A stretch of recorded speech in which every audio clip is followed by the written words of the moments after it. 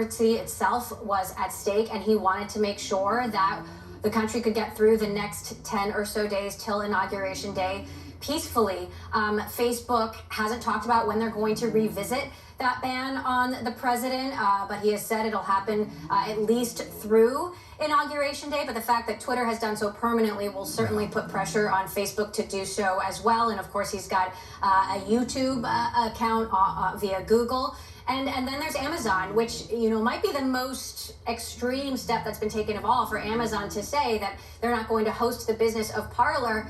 That's a pretty big deal. And to be clear, there's not a legal issue here. These companies can legally decide to do business with whoever they want, but there's certainly an issue of principle and the meaning of free speech. Well, that legal issue I'm curious about, Emily. I mean, it does seem ironclad, the legal ground they have to stand on. What isn't clear, though, is whether Congress will try to sort of change the laws. We know that there was already a big push by some Republicans on Capitol Hill to change the shield for some of these social media companies. And actually quite a few Democrats were even maybe on board, but probably just for different reasons. Well, you make a great point, Romaine, that these companies are facing antitrust issues and scrutiny from both sides of the aisle. But we have heard Republicans double down, saying they're going to make getting rid of Section 230 and the protections that these companies enjoy, they're going to make that a priority. We can expect perhaps the president to be railing against big tech for the last few days and hours that he is in office. Parler actually has sued Amazon now in court in Seattle, so that is something that we will be watching. We're also looking into, could President Trump start a social network of his own? What would that look like? Who would join? How much momentum would it have? All very interesting questions when you think about the power that these platforms have. Also fascinating what's going on with the Department of Homeland Security at the moment with its online website, much being made of that on Twitter. Emily Chang, we thank you so much for getting into all the details and what's happening in the world of tech. Of course, join her. She's going to be with the Anti-Defamation League CEO a little bit later. 5 p.m. at New York time. Stay tuned. Meanwhile, stick with us right here, right now. Big tech under pressure. The NASDAQ 100 down more than most big benchmarks at the moment. Russell outperforms. Meanwhile, so does the dollar. Money moving out of bonds once again, up 2 basis points. This is Bloomberg. It's really a reminder, isn't it, just how sensitive the markets are to any commentary about trade. We did see some pressure on the yuan, we did see some pressure on the futures. That is now being reversed. Refinancing with Splash saved me a lot of money. There were no application fees or any weird hidden fees. Now that I refinance with Splash, I know I'll finish paying off my student loans way sooner than later. I feel better about my student loans. Visit splashfinancial.com today. At Southern New Hampshire University, we're committed to making college more accessible.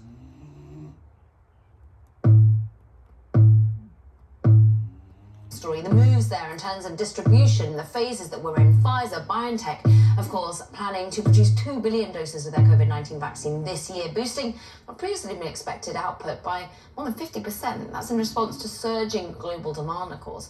Joining us now is JP Morgan analyst Lisa Gill, who's hosting several sessions at JP Morgan's 39th annual healthcare conference, which, of course, because of COVID-19, has had to go virtual this year.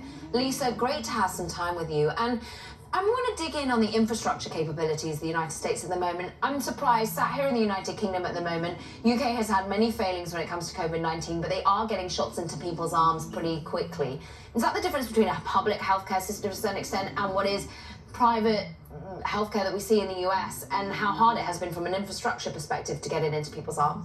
Well, first off, Caroline, thank you for having me. Second, I think the issue here in the U.S. is we don't have a coordinated national effort. So you may be aware that what's happening right now is the supply goes to the state, and then the state allocates it generally by county, and states have many, many counties, and then those counties are then determining who in their county is going to be able to get the vaccine. I'm hopeful that with the next administration, we're going to have a much more coordinated effort across the U.S. It's sad. I'm sure you probably have read some of the same stories I have, where there's doses of vaccine where you have 1 or 2 shots that come out of that bottle and you have no one else to give the vaccine to. That shouldn't be happening.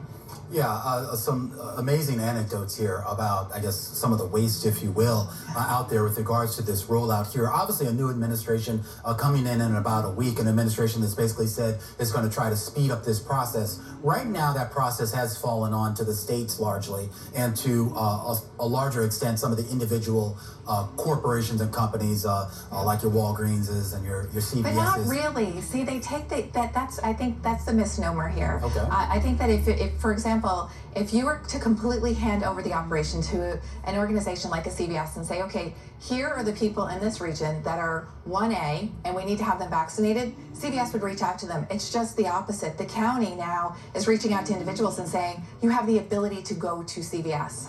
And so because there's not a completely coordinated effort in the way that, again, you even see this infighting. I live in New York City, and I can tell you, and you can see it in the news, the arguments that have happened between Governor Cuomo and Mayor de Blasio about who should get the vaccine, and we should have a 1-to-1 ratio to the privileged people and the underprivileged people. I absolutely believe that everyone needs to be vaccinated, and we need to make sure our underserved population gets vaccinated. But when people are ready, we can't have vials of vaccine going unused from this perspective. And so I think it's naturally you could blame a company like a CVS or a Walgreens, et cetera. Why aren't they getting into people's arms quickly enough? It's because they're taking the directive from the government. In the longer term, CVS, Rite Aid, Walgreens, are they going to benefit from having been part of this infrastructure? Or is it just so separate from the rest of the business model, people going to entirely different places to go and get vaccinated vis-a-vis going into the store?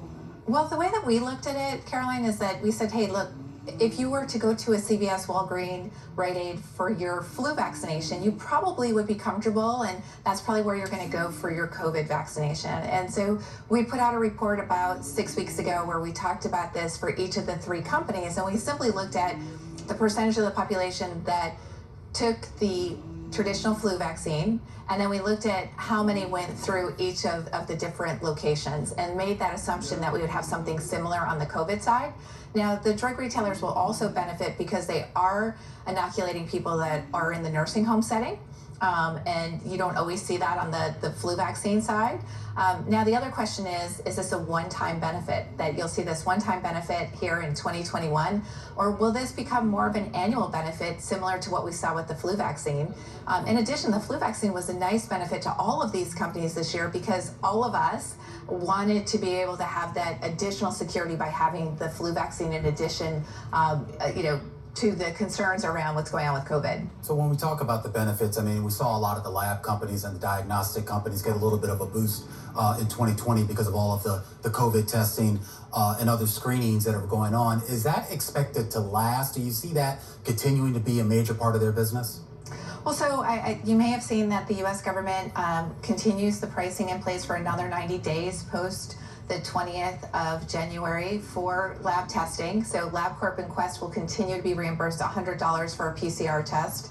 And I think it is important. It's important, for example, let's say that the day that you were supposed to go and get your vaccine, you're showing some kind of symptoms. Shouldn't you be tested at that point? Should you be vaccinated at that point? I also think serology testing is going to be important after the fact. How long do the antibodies last for? What level of antibodies do you have? But I don't think it'll be the same amount of testing that we had in 2020, but I do think you'll continue to see COVID testing for some period of time, just like we test for the flu today, the way we test for strep throat and other types of viruses.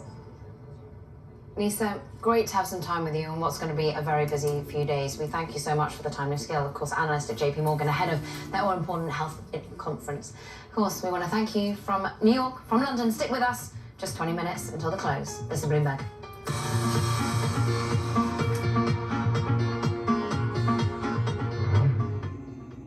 Interactive Brokers charges 1.59% for a $100,000 margin loan. Do you know how much your broker charges?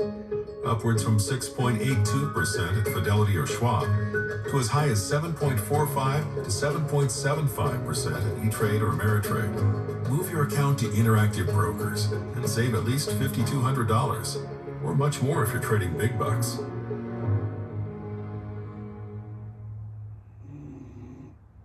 All the companies on the Fortune 500 in the year 2000, more than half no longer exist. Digital transformation isn't isn't just a good idea. It's a matter of corporate survival. Enterprise AI enables organizations to use artificial intelligence at enterprise scale, solving previously unsolvable business problems to help you not just survive, but thrive. C3.ai. This is Enterprise AI. You're right on time. You're dressed for the occasion and exactly where you should be. To join instructors like Nicole, Here we go! Dallas, and all of us in celebration and satisfaction that lasts all day and all night. This party isn't about marks of status or status updates, but confidence, connection, a feel that moves you along after you stop moving. And giant way to go.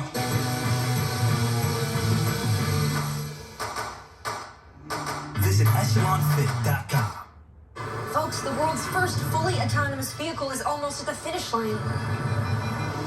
Today we're going to fine-tune the dynamic braking system. Woo! What a ride! I invested in Invesco QQQ, a fund that invests in the innovators of the NASDAQ 100. Like you. You don't have to be a deep learning engineer to help make the world a smarter place. Does it come in blue? Become an agent of innovation with Invesco QQQ.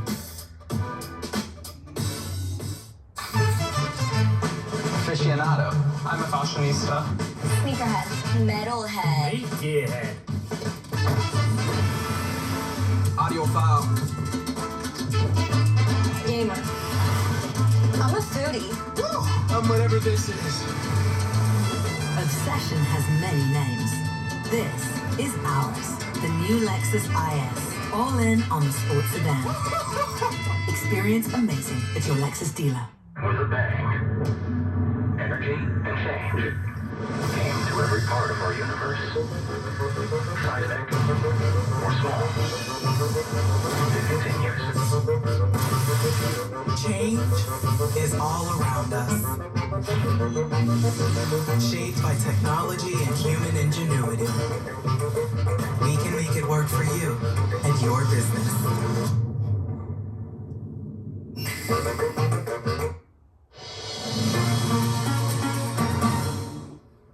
All right, more fallout from those U.S. sanctions on Chinese military-linked companies. There were a bunch of filings on the Hong Kong exchange that showed Goldman, Morgan Stanley, a bunch of big banks moving to delist hundreds of structured products. Bloomberg Wall Street reporter Sonali Basak joining us with more. What exactly are they delisting here, Sonali? As you had said, these are structured products. Remember, these are less than 500 derivative products that only represent about 4% of such products that are linked to the Hong Kong exchange. With that said, it's a continuation from what we've seen the last couple of days here. First with the New York Stock Exchange moving to delist some of these telecom companies, then to MSCI and other index providers looking to get these companies off their indices, and now the banks really hustling here to get away from any of the products that are linked to these securities as well. I have to say, it's sort of hard to keep abreast of the tit for tat. It was hard to keep abreast of what New York Stock Exchange was doing, let alone what the US government is saying, meanwhile what the Chinese government is saying in response. How have investors and how have the companies that have helped investors access these sorts of products been left in high water here?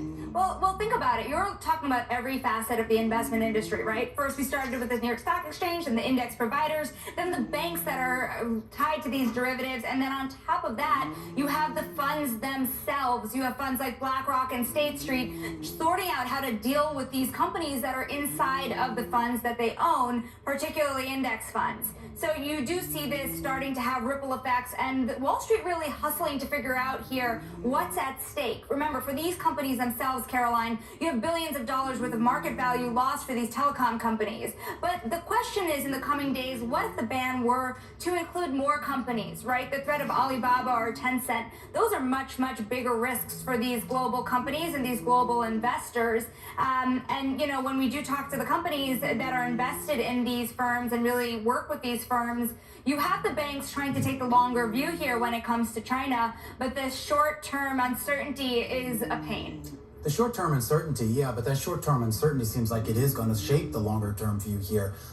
Not many people seem to be expecting a major shift in the U.S. approach to China with the new administration.